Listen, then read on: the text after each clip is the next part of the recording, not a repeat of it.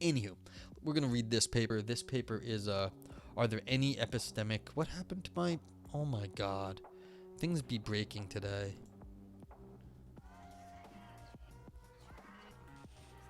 There we go. Are there any epistemic consequentialists by Tsung-Hsing? I apologize for how I say anything that's not very basic English. Okay, so you let me know, and as always, feel free to ask questions as we go. Let me just drop the volume on this slightly more. It be that way sometimes. It be that way all the time. It just be that way all the time. It's not a stream if all the tech works. I don't think... Yeah, it's just not streaming if everything works. Like, I have to open OBS at least twice every day just because the video feed doesn't seem to turn on the first time. Salim Berker, along with others, recently revives the interest in the problems concerning epistemic consequentialism originally posed by Robert Firth. He argues that epistemic consequentialism is structurally flawed. This is supposed to be deeply worrying because Berker observes that consequentialism is pervasive in epistemology, as he comments.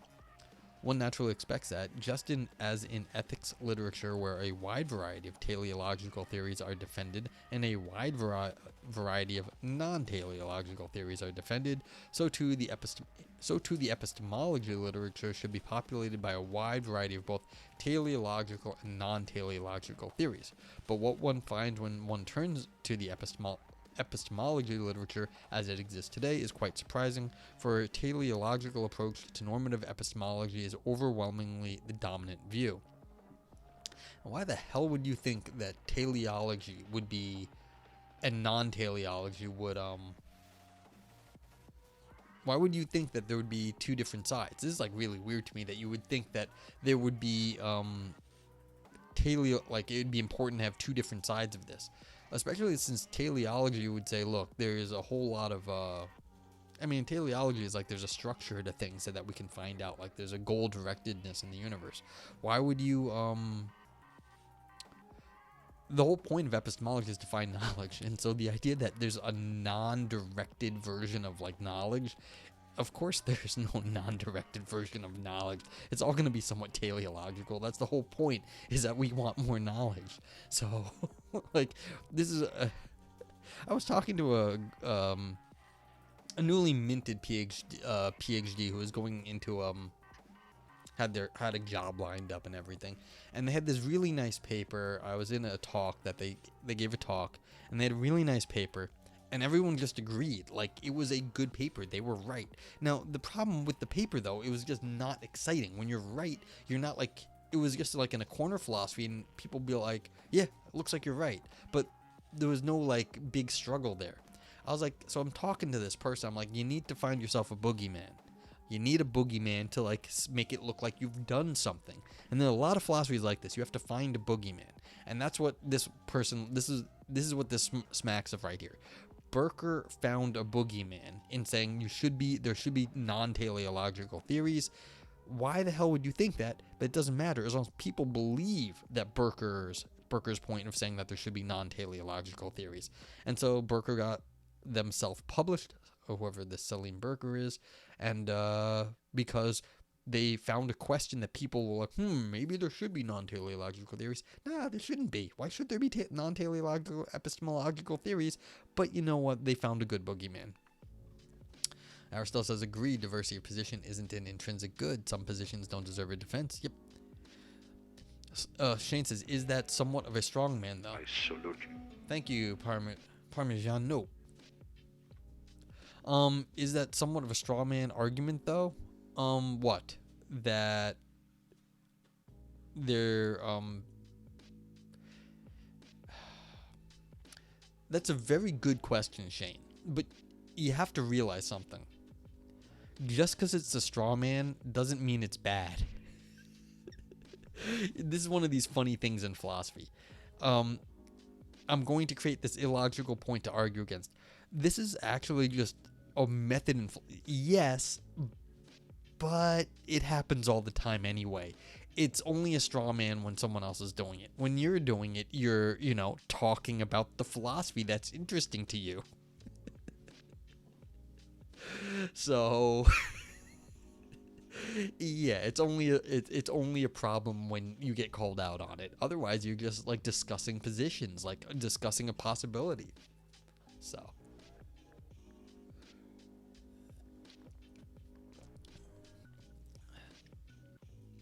Parmesan Nope says, I feel like straw man arguments are almost excused in philosophy to an extent.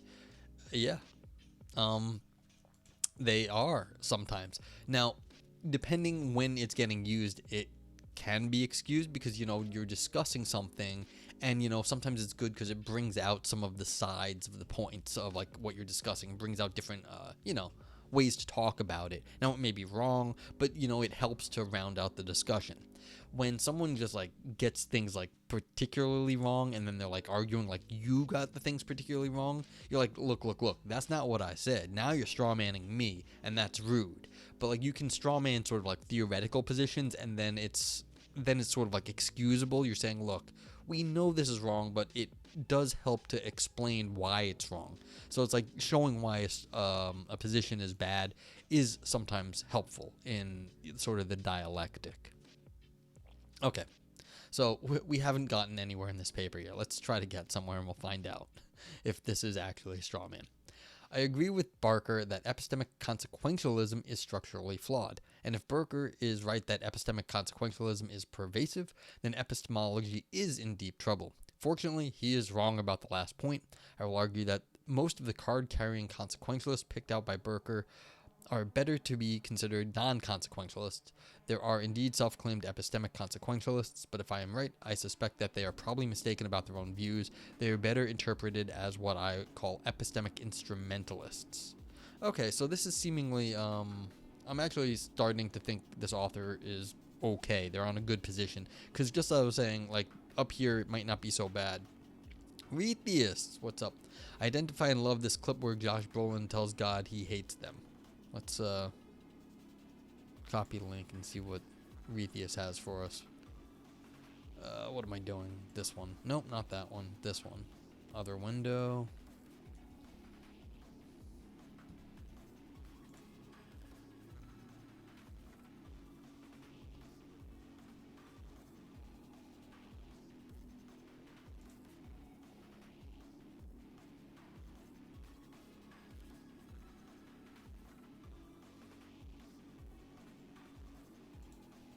Skip ahead a little bit. Where are we talking, man?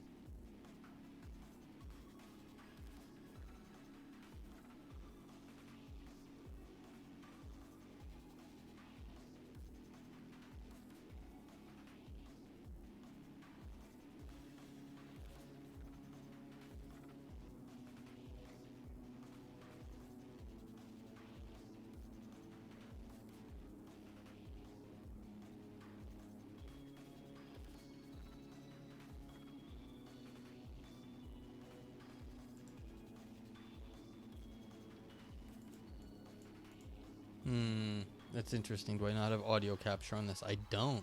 Wow. Alright, let's go over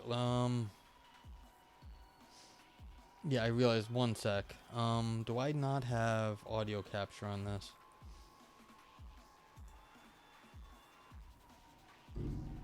I apologize. Alright, tell me if you have sound now.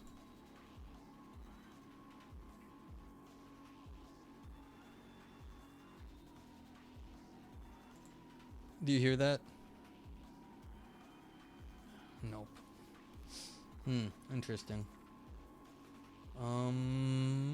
Why don't I have sound? Yeah, because I keep it because I don't want you guys hearing dings and boops and whatnots. This is funny. I haven't had to do this in some sense. So let's see if I can fix this real fast. If not, I'm gonna have to move on. I apologize, Retheists. Alright,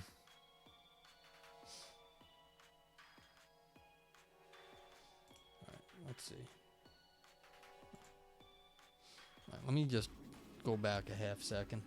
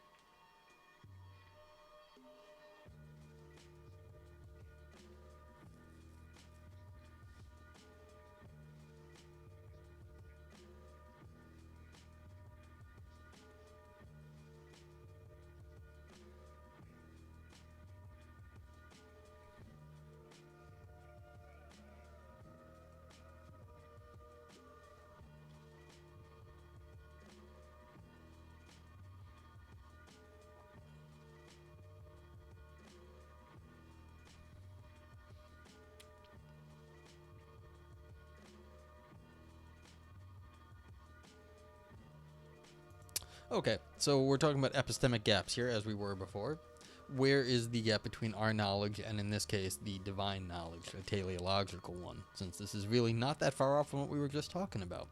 And as you were saying, Josh Brolin is a great actor. Yeah. Now, do you have any particular question about that? But, like, the world was really hard. Like, a really hard place. And I was thinking about, Cthulhu and things like that from, discussions in Aristotle's chat not that long ago. In some sense, we have no grand understanding of things that are well beyond us. Our understanding is, we understand very little. We understand something about ourselves, a little bit about our world, and, when you start to realize... Oh, you're the anger. Because, there's... I think maybe what a better way of going about the question is actually from the continental side here, the Heideggerian. We're thrown into this world. We were thrown into a world beyond... Well, that's right, Shane, but that's not gonna get the anger, and I think that's what Retius is picking up on. The anger felt that in the gap between what we know and like sort of how this world is.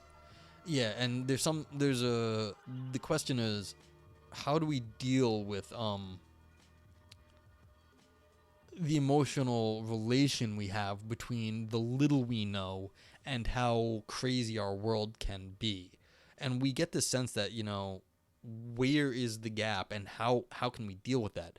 And so the idea that there's like we're thrown into this world. We are interacting with a world that is way more complex than we are, and our puny little brains do whatever they can, but it's hard, and it's more of a struggle than we're never going to achieve like full understanding. And there's a good reason for being unhappy about this state. We're thrown into a world we do not understand and will not understand, and whatever we do in some sense is going to be limited. Parmesan Nope says, that makes me think a lot about Aquinas in this sense of need for justification, explanation of what we don't know, because isn't that where things like spirituality, beliefs, conspiracy theories, or is that too generalized, maybe stupid? Not stupid. It, like, a lot of times people are looking for something to explain their world, and that's not an easy thing. So some people, they have religion, some people don't. But, like, what do you do because things are hard? So, yeah, and so... a lot of this is just a crutch. Like, what are you going to do when you don't understand something? And, yeah, then they said, well, look, you have to have faith in God, as saying. Like, because you have to understand that there's trust in the plan a lot of times, if you want to go with the Q people, or the religious folks, that God has a plan for all of us. Or, yeah, Q. That Q has a plan. It's so psychotic. It's so psychotic. But, the QAnon folks. But, what do you do when you hate a thing about humanity? Well, what do you hate about humanity? This one here is that we are fucked, and the gap between our understanding and how fucked we are, between how the idea that there might not be a fucked up thing, and that we don't have that, like, that there could be just, like, the thing, I think maybe a part about the religious thing is that, religion is like supposed to be very close to you. It's like just supposed to be something you have personal access to. You should be able to think it. You should be able to feel it. It should be an emotional thing, like an emotional connection. So it's supposed to be closer to you than everything else. Except when the world gets to you, you have lost something that is supposed to be so close to you. So you've lost something that like you were supposed to have. Like it's a lost love or whatever. And that sense of despair and loss is painful, and that is going to lead to anger. And so this Brolin here was talking about his kids or whatever, or Trevor or whatever it was. I don't know, I've not seen this. So what do you hate about humanity is the question, I guess, for Retius. But the idea that we're into a world where we can understand things is very difficult, and if you're expecting to understand things, you're going to have a big fucking problem. Religion and spirituality are differentiated by spreading versus personal to me. Okay, you hate religion. I know that is cringe. Nah, whatever. You can feel however you want about this. It's not cringe. Durkheim called it anomie. A lot of a loss of connection makes us feel isolated. That's what I'm getting at. Shane McGinnis. And Parmigiano says institutionalized versus interpersonal. Yeah, so that's right. That's getting to the distinction I was making. But this is the thing: when you lose the connection that you thought like you had, there's a betrayal there. Yeah. So there's a betrayal in this, and that is where I feel like the anger comes out. You're feeling like a betrayal. Well, yes, we have rituals and we have like social cultural things. Yeah.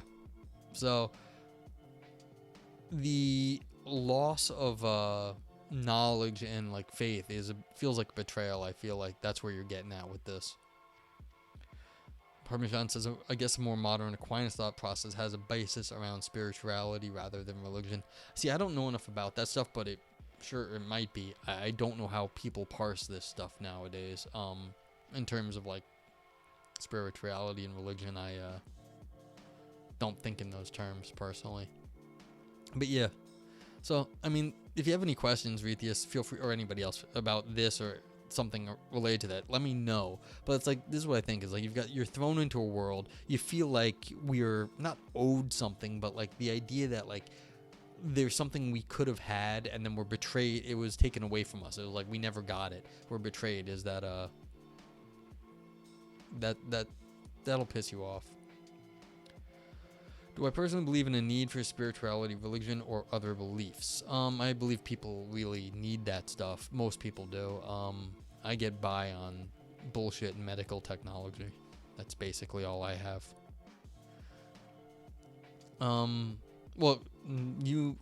Just question. Oh, I don't know who Parmesan Nope was asking. Like as a reasoning for worldly justification for some people. Some people seem to really need that, or some people seem to really like that. I don't know if they need it. But yeah. Yeah, I can just tell you by like dealing with people. Some people they love having faith. They really seem to enjoy it. So, and yeah, what Rethius just said, you have to make peace with not knowing everything, and that is difficult because people like to have some sort of semblance of control over their lives, and that's extremely difficult. I think it's always been extremely difficult, and so people have to figure out some way to do it. Yeah. Coping, well, copium, as people say sometimes. So, how do you cope? Copium. Yeah. Shane says, if we were trying to adopt Aquinas without relying on Christianity as a backbone, I think it would be something like... Thank you for the sub, Parmesan.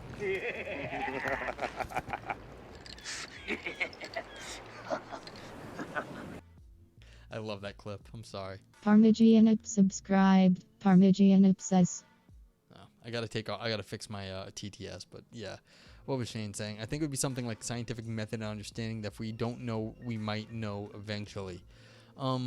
Yeah, so there's like faith in science, and so people might be trusting in the scientific method nowadays. So, yeah, thanks again for the sub. I appreciate that. So,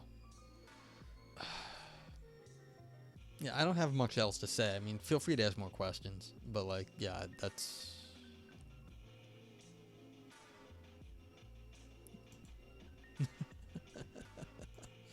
Yeah. So, let's see. Do I have anything else? No. All right, I'm just going to go back to the paper, but feel free to ask more questions if you'd like, especially about epistemology or about loss of faith. I was actually talking about that earlier. There was someone in the other, like I was saying, in the Ask a Philosopher stream, which was on Friday. And I want to, I want to shout out Aristotle, but it's not my place to go be shouting out other streamers in their stream. But like, there was really, that person would be like, was asking, they lost their faith, and they were asking that group of people what to do, and that might not have been.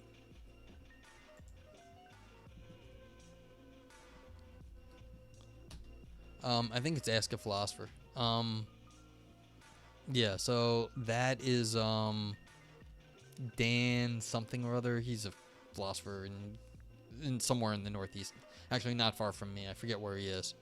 Oh yeah, group podcast one. Yep, that's right. And so they were like, they were trying to be nice to the poor chatter, but like, they didn't have anything. Like, what do you say to someone like that?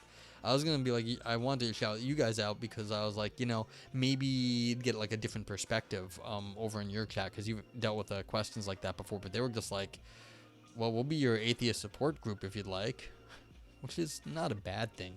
But I don't know if it was like particularly helpful to the. Actually, I think they had a good chat. They, I think as like a group podcast, like they sort of, welcomed the person in, answered a bunch of their questions, and it was nice. But yeah, like the person was freaking out because they had literally, it was like, last week I lost my faith and now I don't know what to do, and they found some random philosophers on the internet to ask questions to. So,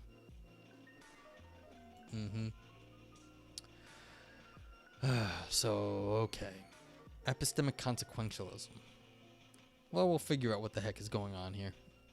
In sections 1 and continuing, in sections 1 and 2 respectively, I explain what I mean by epistemic consequentialism and epistemic instrumentalism. Both views maintain that epistemic justification is a means for achieving the epistemic goals. Okay, yeah, so basically, your epistemic goals are to know shit, and so how do you do that? Well, either it's you look at the consequences of what you know, or you look at what you can do with what you know, and that's what it's going to be, consequentialism or instrumentalism here.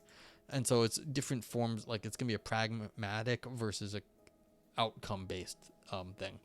But one crucial difference separates them. Supposing that truth is the sole epistemic goal, epistemic consequentialism maintains that truth conduciveness is the necessary and sufficient condition for epistemic justification, whereas epistemic instrumentalism maintains that truth conduciveness is merely a necessary condition. Yeah, that sounds perfectly right. Hey, if that was about me, I've been an atheist for 20 years. I didn't think it was about you. I think the person was freaking out is what it was. And so they were angry. They were freaking out, and that's what it was. They were kind of angry and scared, and that's just why. It was funny that, like, this just happened,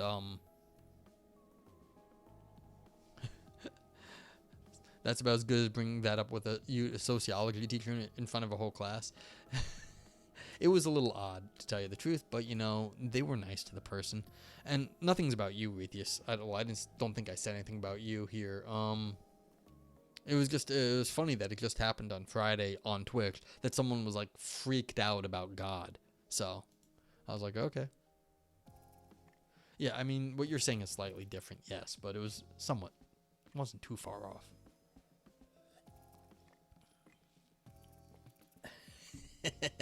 That could have been the thing, Rethius. It could have been. Sometimes I don't want to call them out, but I mean, like, you talk to some people online, and you're like, you are stoned. You are stoned, and you're freaking out. It's like, and you're not dumb, but you are stoned. Okay. So yeah, so basically here, it's like, if you get truth at the end of it, is that all you're looking for, or is it just that you're maintaining truth? Is that just something that has to happen, but not necessarily the only thing that has to happen when you are looking for knowledge? So it's necessary, but like, can other stuff happen, or is truth that's it, like full stop? When you know something, that's the end of epistemology. So this clarifies the structural problem in epistemic consequentialism Burker tries to identify. That is, the problem of epistemic consequentialism is caused by the claim that truth conduciveness alone is sufficient for justification. Accordingly, epistemic instrumentalism can avoid the consequentialist problem. In section 3, I argue that most consequentialists Burker identifies are better considered instrumentalists. Thus, consequentialism is not pervasive in epistemology. Okay, this makes like some sense. Because if you're just looking at truth all the time and only, truth is actually, depending on who you talk to, kind of a narrow thing, and it's kind of hard to get a hold of. And so if you're looking at that sort of narrow, thin, very narrow concept, you're going to run into problems. It's just the nature of things. If you're going to define something very narrowly, and that's like the end-all, be-all of everything, people are different, and you're gonna cause yourself difficulty. It's just life. Okay. To be clear, I do not intend to defend epistemic instrumentalism as a viable theory of epistemic justification, though I do argue it can avoid the structural problem of consequentialism. Rather, I want to discredit the claim that epistemic consequentialism is pervasive.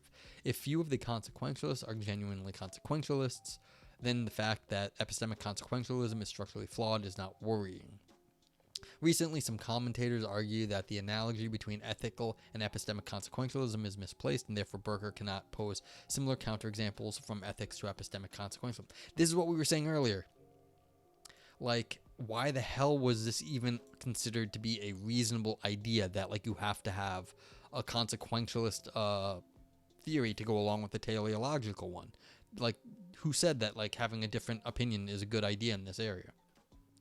While our views seem similar, they focus more on the disanalogy and do not explain why several epistemologists misunderstand themselves as consequentialists, because epistemic consequentialism and instrumentalism are easily confused. I offer a diagnosis of their confusion, which would be helpful for future discussion about epistemic teleology. Okay, so basically we're going to hope to learn something about theory of knowledge here in saying why everyone else is wrong. It's kind of what's going to happen. So, I don't know if I have anything to really to say about this yet, though. We'll find out. Continuing, as Burker analyzes, all forms of consequentialism, whether with the exception of scalar consequentialism, which discards deontic properties, consists of three components. 1, a theory of final value that specifies what final values are. 2, a theory of overall value that explains how to assess and rank the overall values of certain entities by measuring how they conduce toward final values. And 3, a deontic theory that determines the deontic properties of objects being right, justified, or permissible based on the theory of overall value. The theory of final value is thus the most fundamental one. One of the most popular theories of epistemic value is veritism, which means that truth is the sole epistemic final value. In the following discussion, I will focus exclusively on veritist epistemic consequentialism, though nothing of what I argue, is affected by this assumption. Okay, so here's the thing. Truth is the sole epistemic final value. And what I was saying was knowledge seems like the sole epistemic final value in epistemology. Now, the knowledge should be true, but it seems a little weird, actually, that when you're talking about theory of knowledge, you want knowledge. If you want to talk about a theory of truth, you'd then have something alethic. So this already seems weird to me that the epistemologists are going this route, but yeah, you want true knowledge is usually how they cash this stuff out.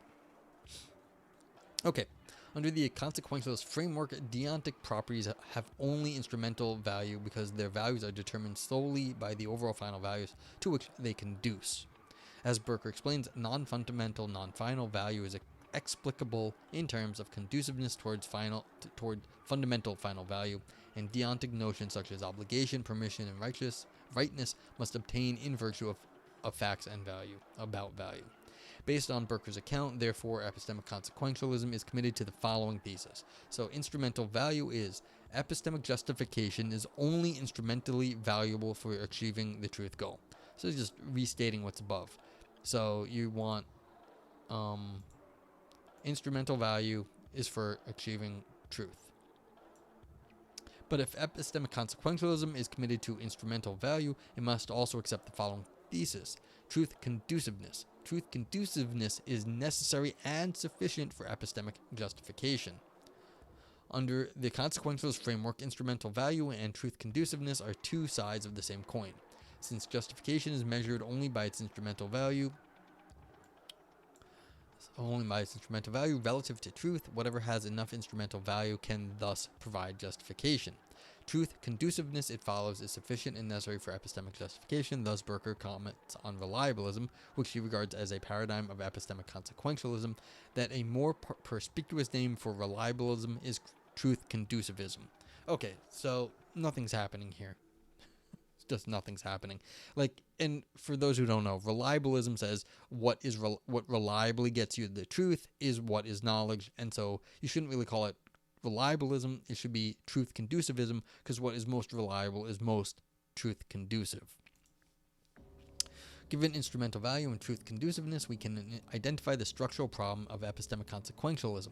Burker notes that initially he thought that epistemic consequentialism is wrong because they ignore separateness of propositions, which allows problematic trade-offs. But he later recognizes that there is a deeper structural problem, though he says, I am still struggling to figure out the best way to characterize this more general structural feature. I would like to suggest that the structural problem caused exactly by instrumental value and truth is the problem by instrumental value and truth conduciveness. In fact, Burker has already indicated that, for Firth, consequentialism is untenable because it attempts to analyze intrinsic epistemic merit of justifications in terms of instrumental epistemic merit. But Burker believes that his inference is too quick.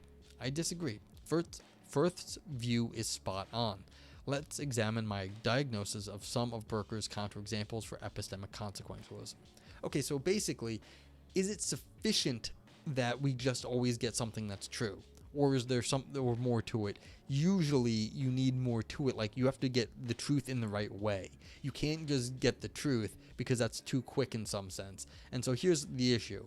Do you just get the knowledge, I think, is really what's at, or do you have to get the knowledge in the right way? Do you get the truth just given to you, or do you get it through a good method? And usually there's some sort of method that has to come along with it, and that's the problem, I think, with consequentialism. This is just my quick hypothesis. I'm trying to think of how to say that better. Yeah, I don't know. It's like, just like you can't have knowledge by oracle. No oracle knowledge. You can't just be given knowledge. You have to work for it. You have to gain the knowledge in the right way. So this is kind of what it is. So here's what we're gonna say real fast. Let's see, where are we? No knowledge for free. And this is what's happening here. So if you want to know what I think this whole paper is about, you don't get any knowledge for free. You have to work at it. And if all that matters is that you're gaining true knowledge, that's what's going on too quick. Just having true knowledge, if truth is all that matters, you got it for free. You can get it for free. So Shane says, this is like my old math test where I got points counted off for not showing all the steps. That's exactly right. You have to show that you got the answer in the right way, that you didn't cheat. And so this is part of the issue, is that this is a deep point, though, that in some sense there's more to knowledge than truth. There is some sort of way we know knowledge, and that matters. So how you go about showing that, and hey, you can click on my paper right there in the chat, and you will find out how I think about this. But like, there is more to it than just the truth.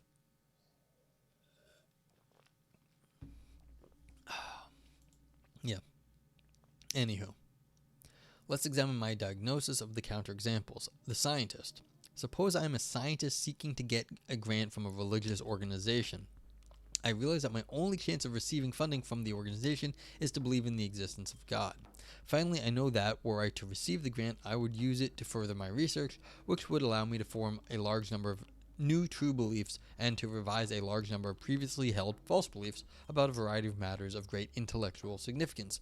Would my belief that God exists be epistemically rational or reasonable or justified? Yeah, so would you believe in God just to get money? Or would you... See, this is the problem. Can you force a belief? This is always a weird thing. I don't know if you can force a belief, but you can say you do. But that's a different question. Prime number. Suppose the following is true of me. Whenever I contemplate whether a given natural number is prime, I form a belief that it is not. Is 25 prime? No, it is not. Is 604 prime? No, it is not. Is 7 prime? No, it is not. Let us also stipulate that this is the only cognitive process by which I form beliefs about the primeness of natural numbers. Since the ratio of prime numbers to composite numbers is less than n approaches 0 as n approaches infinity, my belief forming process tends to yield a ratio of true to false beliefs that approaches 1. Therefore, process reliabilists are forced to say that because my belief forming process is almost perfectly reliable, any belief formed on its basis is justified. But that's crazy. Okay.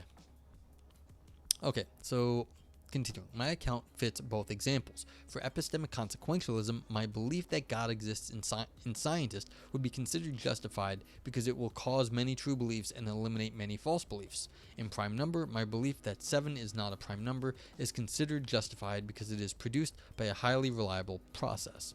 In both examples, truth conduciveness alone is sufficient for justification.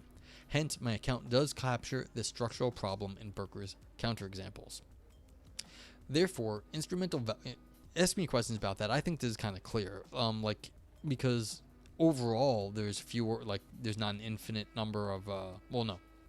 The limit goes to 0 as you go to infinity of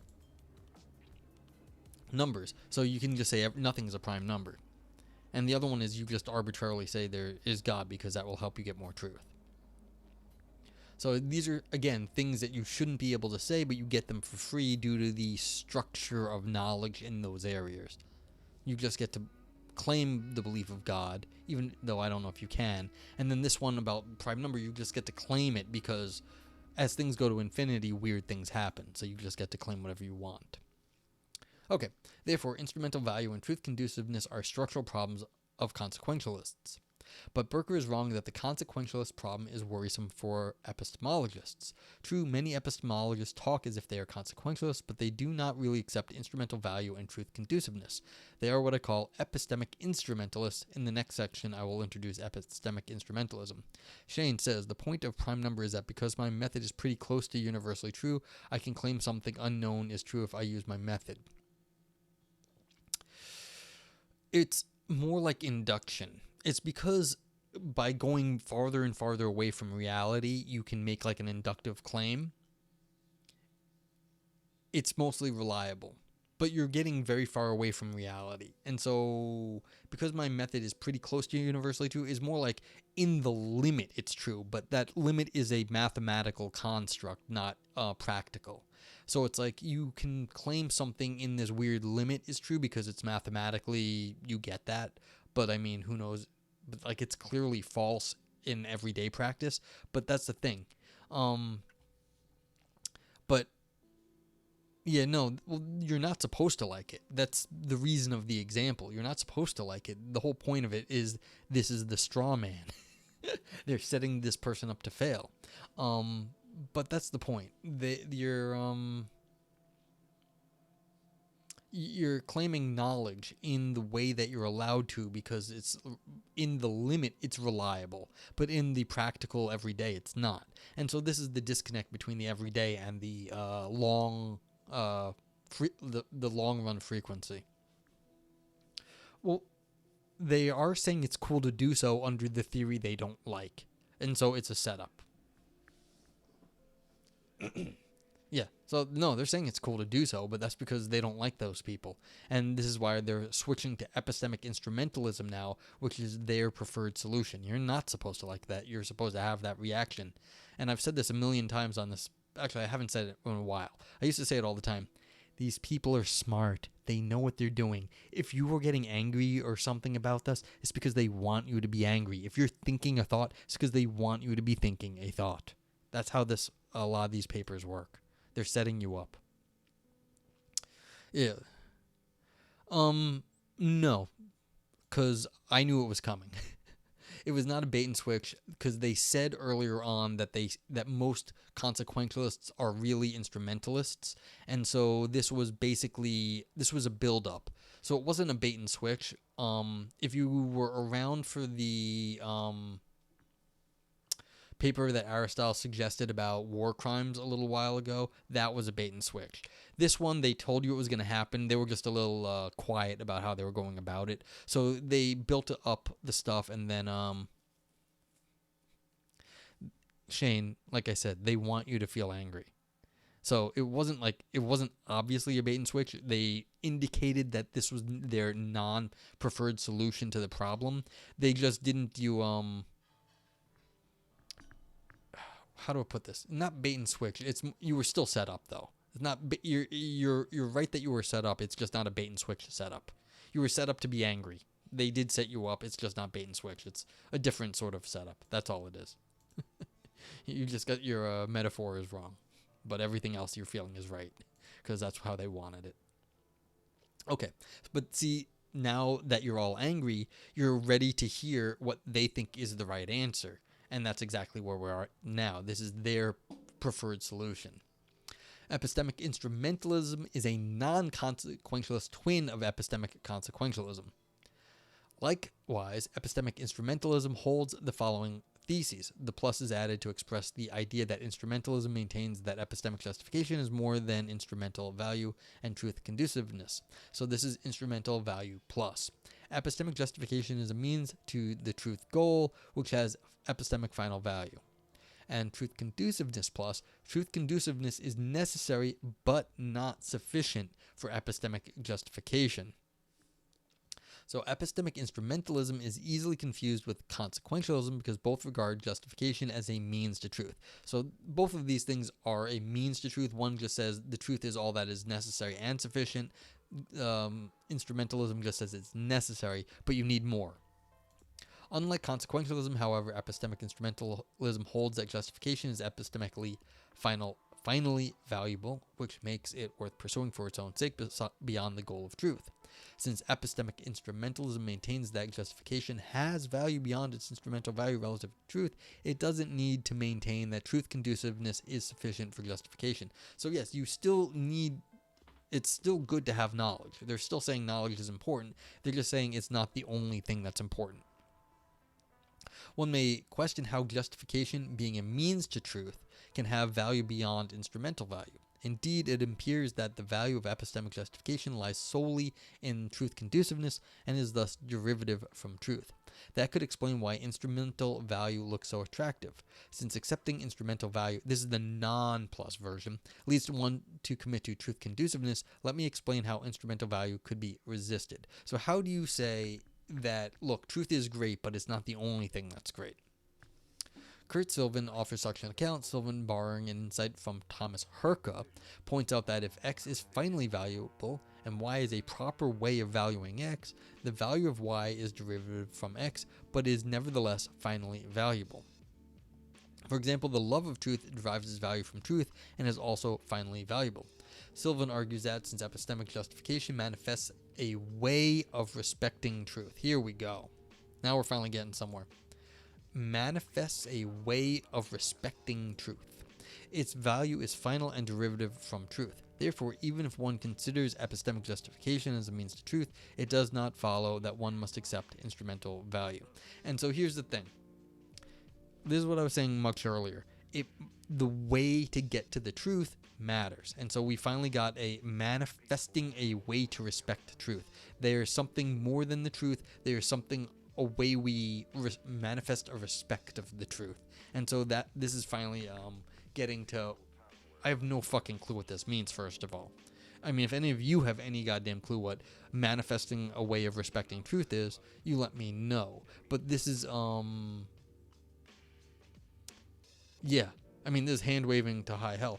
But this is what we were saying earlier. There's something about the way you get there that matters. And that's all it comes down to. Now, I don't know what the fuck manifest a respect of truth actually means, but I get the point. Like, I agree with the point, but, like, I don't know what that means. As I've discussed under the consequentialist framework, deontic properties have only instrumental value. Deontic properties are excluded from the theory of final value, and are determined by their conduciveness to final values alone. Since epistemic instrumentalism holds there's a difference between regurgitation and digestion. Absolutely. Since epistemic instrumentalism holds that epistemic justification has final value, it rejects the whole consequentialist framework. For instrumentalism, the right is something worth pursuing for its own sake. That is like the way to get to knowledge is worth pursuing for its own sake. By rejecting instrumental value in the consequentialist framework, epistemic instrumentalism needn't commit itself to truth conduciveness. Instead, it can opt for truth conduciveness plus the thesis that truth conduciveness is necessary but not sufficient for epistemic justification. To be sure, those who accept the plus one can still maintain that truth conduciveness is sufficient for justification. The point, however, is that they do not have to, unlike epistemic consequentialists. Shane says, manifesting the respect for truth might mean knowing, understanding, and having capacity for utility of the truth, instead of being able to recite the truth. Yeah, this is... Shane, you are right. Are you philosophically right? No, because explaining and like defending all of those things would be really hard. But this is why they had to say something really stupid up here. Manifesting a way of respecting truth. What you said is the practical, this is what people mean. But when you get to philosophy, everyone would be like, well, what do you mean that you have capacity for the utility of truth? But yeah, like that, you're right, but like not in philosophy speak, you're not.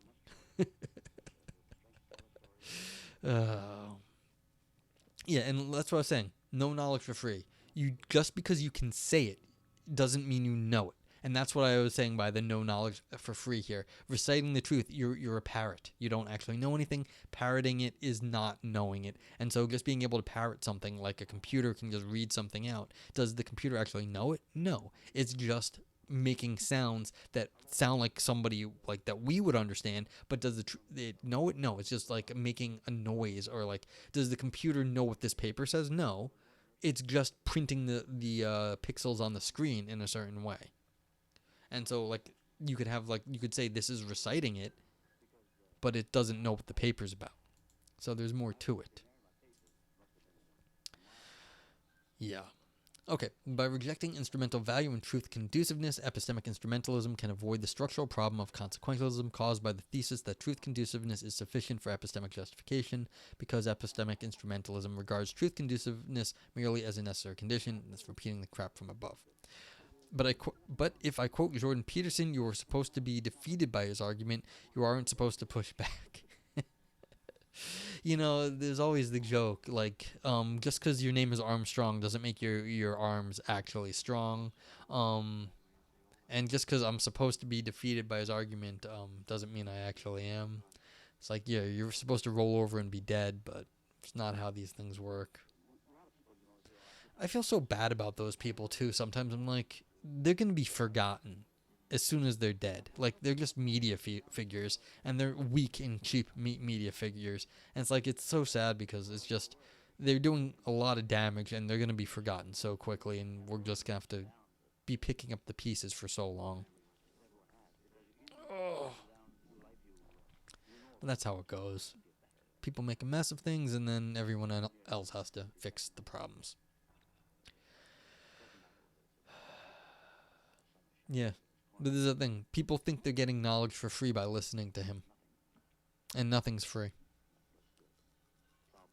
And that's why he does so well, is people think they're learning stuff just by repeating his crap. And that's why it's a good point that you make. Anywho. Okay, let me give an example of epistemic instrumentalism. Okay, and for those who don't know, Alvin Plantinga is a religious philosopher. And so I think he's made some not so nice things said every so often, or at least I disagree with them. And so we're actually moving into conservative philosophy now. Okay, let me give an example of epistemic instrumentalism, who Burker wrongly considers a consequentialist. Wow, Burker thought Alvin Plantinga was a consequentialist? Wow. There's no way Plantinga is a consequentialist. Here's Plantinga's account of epistemic justification, though he uses the term warrant instead. A belief has warrant for me only if, 1, it has been produced in me by cognitive faculties that are working properly, functioning as they ought to, subject to no cognitive dysfunction, in a cognitive environment that is appropriate for my kinds of cognitive faculties. 2, the segment of the design plan governing the production of that belief is aimed at the production of true beliefs. See, this is the thing. Design plan, this is a teleological theory. How could you possibly consider Plantinga a consequentialist? He explicitly says a teleological thing. Wow, okay. And 3, there's a high statistical probability that a belief produced under those conditions will be true. Despite the condition 3 concerning truth conduciveness, Plantinga is not a consequentialist because truth conduciveness is only a necessary condition. The first two conditions offer non-consequentialist elements. A belief is justified only if it is produced by a suitable cognitive faculty, which must be truth-conducive in ways proper to its function or design. These non-consequentialist conditions allow Plantinga to deal with Burker's counterexamples. Plantinga could argue that the religious belief in scientist and the belief-forming process in problem number do not satisfy the first two conditions, and thus they cannot provide justification. I mean, this is just worrisome that someone would so clearly miss design plan in Plantinga, who is, like I said, a religious philosopher. Oof, that's bad.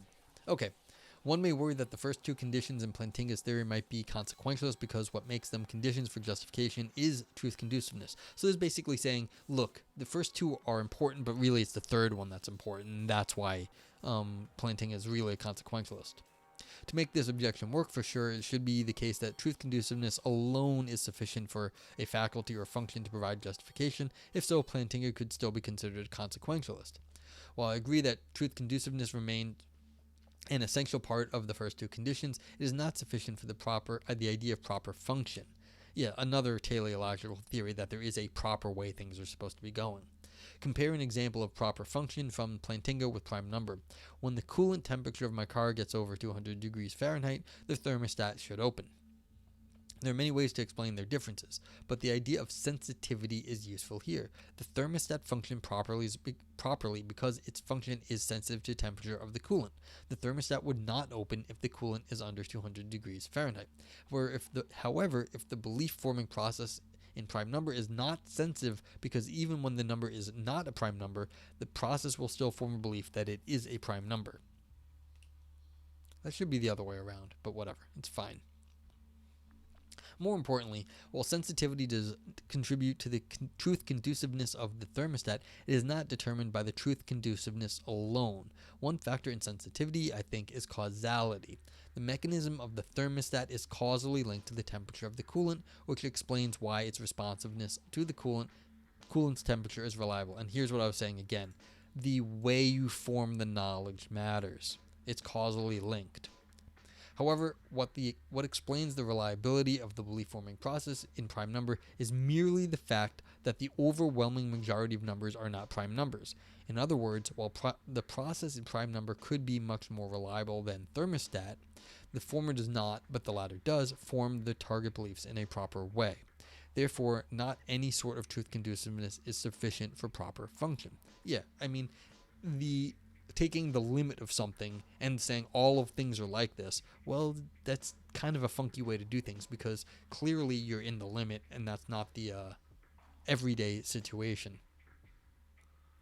To be clear, my aim is not to offer a defense of epistemic instrumentalism, but merely to correct a grave self-misunderstanding among epistemologists, which, again, we don't quite believe that they really think this. Anyway, it is enough for my purpose to show that epistemic instrumentalism can avoid the structural problem of consequentialism, and most epistemic consequentialists are better to be interpreted as instrumentalists, which I argue in the next section.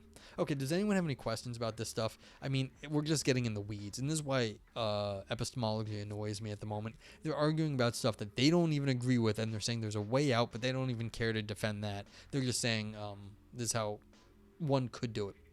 Shane says, if I could inject a bit of Eastern philosophy, a quote from Confucius that I think fits this discussion.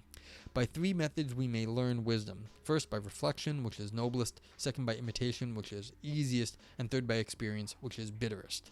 Yeah. And this is part of what's behind all of this paper here. That the initial setup is talking about truth. And truth alone in terms of like facts. And clearly there are things beyond facts, like wisdom in some sense. And that matters in theory of knowledge too, because in some sense, wisdom is related to knowledge. And so the Confucius quote there shows that like there's ways to wisdom, there's ways to knowledge, and these things are very important to us. And so when you say truth is important, it's not the only important thing, and that's why it's not necessary and sufficient. And that's what this paper is really getting at. And I don't think it has any more to say than that, really. It's just doing it in a technical way. so that, people are reminded that there is more to it than just getting facts, which a lot of times facts are just kind of pointless. I mean, what was the average rainfall in the Amazon last year? I'm sure someone knows. Doesn't matter to me, but it's a fact, whatever it was. Yeah, okay. Given the similarity between epistemic consequentialism and instrumentalism, it is unsurprising that they could be easily confused. In a footnote, Burker names 35 epistemologists as consequentialists. They are consequentialists according to Burker mainly because they consider truth conduciveness as the hallmark of epistemic justification, or they consider justification a means to truth. For example, he considers Richard Foley a consequentialist just because Foley insists that epistemic rationality in particular is structured around the fundamental goal of now believing those propositions that are true and now not believing those propositions that are false. We now know that instrumentalism also has these features. Yeah, see, it's not now believing those, it's all and only believing those features that are true and all and only believing those propositions are false. This is what the author is going to say. It's, yes, those things are necessary, but it's not only those things. That's what's going to happen. All right, we now know that instrumentalism also has these features. To show that they are consequentialists, he needs to demonstrate that they do accept the instrumental value and truth conduciveness conditions. For example, Burker regards John Greco as a consequentialist, probably because Greco thinks that justified belief is adequate to her goal. Adequate to her goal of believing the truth. But Greco requires a belief's doxastic justification is grounded in one's cognitive disposition one manifests when one is thinking conscientiously. Since Greco does not accept truth conduciveness, because there's a method right here, he is not a consequentialist. The same problem applies to other epistemologists in Burker's lists. So I think that there is no need to go through every one of them. I have argued that Plantinga is not a consequentialist. I will discuss three prominent epistemologists whom Barker identifies as consequentialists: William Alston, Lawrence Bonjour, and Alvin Goldman. I think I've read on stream Bonjour and maybe Goldman here. I argue that Burker fails to demonstrate that they are consequentialists because either there is no evidence that they do accept the conditions of that it's necessary and sufficient, or they do reject them. I also discuss the defense of process reliabilism by Christopher Ahlstrom Vij and Jeffrey Dunn, and argue that their defense in fact supports reliabilism is instrumentalist. Okay, so we're just going to go through these peoples, and that'll be it. Although I'm not particularly interested in what these people say. Let's see real fast. All right, let's run through this. I mean, there's no reason not to, except for there's no real reason not to. Okay. In an oft-quoted passage, Bonjour apparently espouses epistemic consequentialism. What makes us cognitive beings at all is our capacity for belief, and the goal of our distinctly cognitive endeavors is truth. The basic role of justification is that of a means to truth. If epistemic justification were not conducive to truth in this way, if finding epistemically justified beliefs did not substantially increase the likelihood of finding true ones, then epistemic justification would be irrelevant to our main cognitive goal and of dubious worth. Epistemic justification is therefore, in the final analysis, only an instrumental value, my italics, not an intrinsic one. Bonjour accepts instrumental value, which suggests that he is a consequentialist. However, he might confuse being a means with having only instrumental value. And if he does not adopt the consequentialist framework that the right is determined by the good, the acceptance of instrumental value does not necessarily lead him to truth conduciveness. To show that Bonjour is a consequentialist, therefore, it is better to demonstrate that he also accepts truth conduciveness. Yeah, that truth is the thing at the end, not the fact that it has value. Burker cites several of Bonjour's objections to foundationalism and coherentism as evidence for his being a consequentialist. First, in his early objection to foundationalism, Bonjour argues that foundationalists have difficulty in explaining why basic beliefs are justified. For a belief to be epistemically justified requires that there be a reason why it is likely to be true. Second, Bonjour includes the doxastic presumption that my representation of my belief system is approximately correct, as part of his early coherentism. Finally, in his discussion about problems of coherentism, all of the problems of coherentism, the input objection, the alternative systems objection, the meta-justification objection, are about how an internally coherent system of belief is not truth-conducive. However, his objections amount to the claim that foundationalism has difficulty in explaining how beliefs are likely to be true and that being coherent is generally truth-conducive. These objections require only that truth-conduciveness be a necessary condition for justification. They cannot demonstrate that Bonjour is a consequentialist. That said, I could not find where Bonjour clearly endorses truth-conduciveness plus. Perhaps he is indeed a consequentialist, but Burker has yet to prove it. Certainly, the fact concerning Bonjour alone cannot demonstrate that consequentialism is pervasive in epistemology. I mean, yes, I agree with what the author is saying here. The real issue is that how do you get the very specific claim that all and only truth matters? And I actually don't think anyone's going to say that, because philosophers know that other things matter too. Now, if you're going to define epistemology in terms of all and only truth, you know you're going to make a very narrow thing, and no one's going to want to do that either, I think. So, in some sense, okay, for those people who are concerned with like how arguments are structured, like I am, what the author here has done is forced their opponent into a very narrow corner and saying, look, you have to take this very narrow notion of epistemology and show that this is what people are actually saying. And it's too narrow. You're not going to actually get anyone specifically quoting this thing, just unless it was just dumb luck that someone did believe a very narrow claim and they said it explicitly. So, as we were talking about earlier, is this a straw man? Did the author do this? Maybe, maybe not. Like in bad faith? Probably not.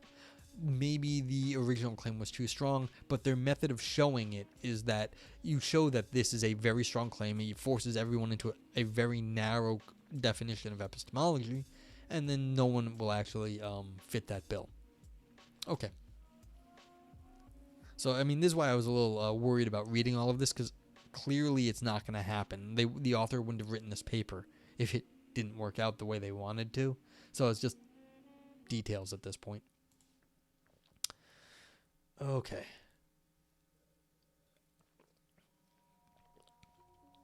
Alvin Goldman is the father of process reliabilism and a self-proclaimed epistemic consequentialist, so there should be no doubt that Goldman is a consequentialist. Or is he? In his reply to Burker's prime number example, Goldman argues that the counterexample does not work because the belief-forming process fails to satisfy the content neutrality constraint. Goldman first proposes the content neutrality constraint in his seminal paper on reliabilism, What is Justified Belief, though Goldman appears to maintain that reliability is sufficient for justification in order to address potential counterexamples like prime number. It is clear that our ordinary thought about process type slices them broadly, but I cannot at present give a precise explication of our intuitive principles. One plausible suggestion, though, is that the relevant processes are content neutral. It might be argued, for example, that the process of inferring P whenever the Pope asserts P could pose problems for our theory. If the Pope is infallible, this process will be perfectly reliable. Yet we would not regard the belief outputs of this process as justified. That's, again, if you're just assuming everything the Pope, you're getting the knowledge for free. As I was just saying, like right down there, this is the problem. The content neutral restriction would avert this difficulty. If relevant processes are required to admit as input beliefs or other states with any content, the aforementioned process will not count, for its input beliefs have a restricted propositional content. Specifically, the Pope asserts P. Yeah, so if there's any way that you're just getting something for free, then it's not good, because that would be a preferred or a preferential knowledge process, and that doesn't work. You need something reliable, and there could be any number of things that are reliable, but it's not a specific reliable process all the time, like perfectly reliable, because then you'd be getting it for free. Burker responds that the content neutrality constraint is either implausible or ineffective. It is implausible because many reliable processes processes that can justify beliefs do not admit the inputs and outputs with any content. For example, visual perception would normally justify only beliefs about visual features of objects. If the constraint requires only that the process emits the inputs or outputs with many different contents, Burker contends that it is ineffective because prime number can easily be modified to satisfy the constraint. Hence, Burker concludes that the content neutrality constraint does not save process reliabilism. Okay, so you can get around that according to Burker. While Burker's response is plausible, I think that he misses the big picture, a sign of that both sides fail to grasp the nature of epistemic consequentialism.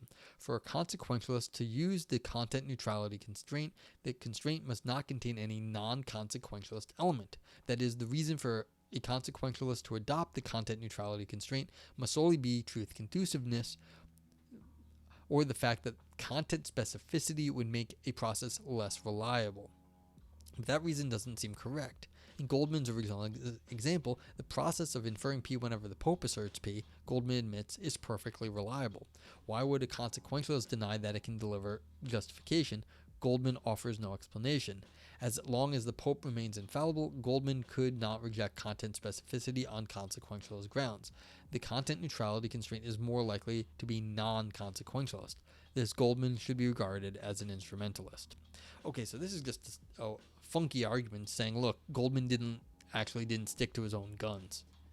But yeah, again, the idea is basically that how you get the information matters, and just deferring to the Pope is not a good way to do it.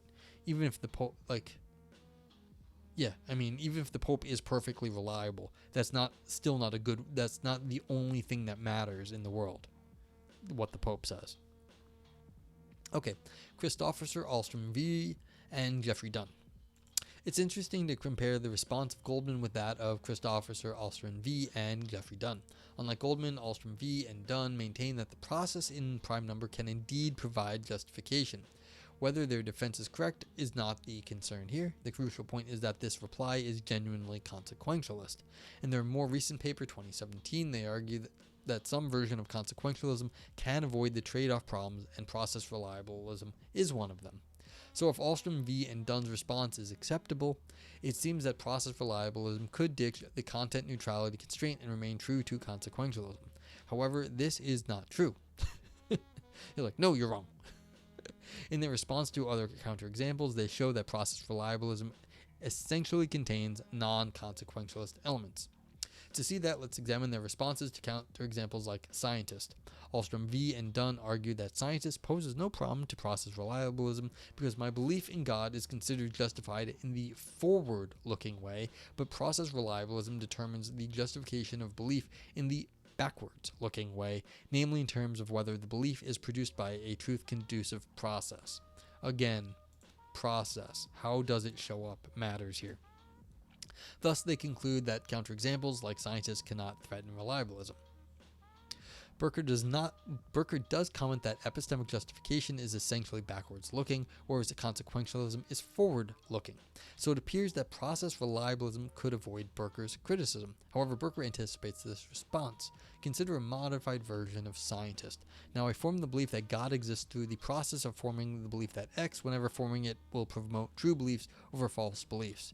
Given that the process is truth-conducive, process reliabilism would have to consider my belief justified. To respond to, so this is like, hey, if I believe in God, I'll get a lot of truth beliefs, so I'm just going to do that. Again, this would be just doing it on a whim, though, almost. Like, it's an ad hoc belief. To respond to the objection, Ahlstrom V. and Dunn argue that process reliabilism requires that the reliability of a process must be evaluated only in terms of the truth ratio of belief it directly produces. Hence, the true beliefs that my belief in God promotes must be excluded when the reliability of the process is evaluated. In that case, the process is not reliable, so they think that Burker's objection still fails. Okay, so this is a relevance claim that not only do you have to how the process you form your beliefs matters, but it has to be relevant to the kind of knowledge that it produces too. So it's not just that it's a good process, it's that it has to be a relevant process, which is over and above just that it has a process.